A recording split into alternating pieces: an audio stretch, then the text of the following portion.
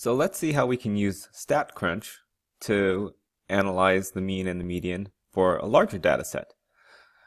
We can easily just copy and paste this into our StatCrunch. So if I highlight this, then I can just press Control C, and then we can press Control V to paste it in. Or if you're using an Apple, it could be Command V. Now you'll notice again everything is in multiple columns just like as we saw it, but StatCrunch requires it to be all in one single column. So there is a guide here on how to stack these into one column. You can also just copy and paste them one by one underneath each other. However, the fastest way I have found is just to go to Data, Arrange, Stack. Data, Arrange, Stack. And then we can stack every single column into a single column. When I press compute, it'll create a new column, and now everything is stacked in one column. After we have this, now we can actually calculate all the statistics that we need for this column.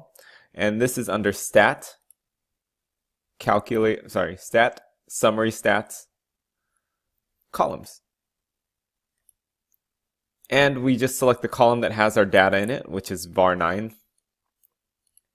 And then we can choose whatever statistics we want to calculate. So in this case, we're looking for the mean and the median. So if I want to select more than one, you'll see on the bottom it tells us to look at either pressing Shift click or Control click.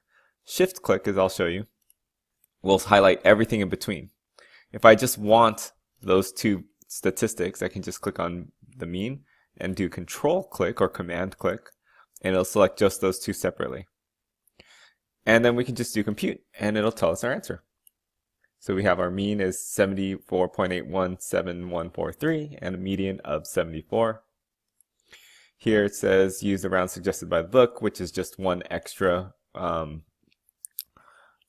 the mean. So in this case, I see that we're having one decimal place, so we'll include 2. So that would be 74.82. And then finally the median, that one we just keep it the same, which would be 74. And so we can submit that and we get our answer. Now, right now we're just learning about mean and median, but you will find that under this summary stats columns, there's a whole list of other statistics that you will learn about, including what we call the standard deviation, the variance, the range. All of these things are things you will come across. Well, most of these things are things you will come across later on in the course. So remember where to find this.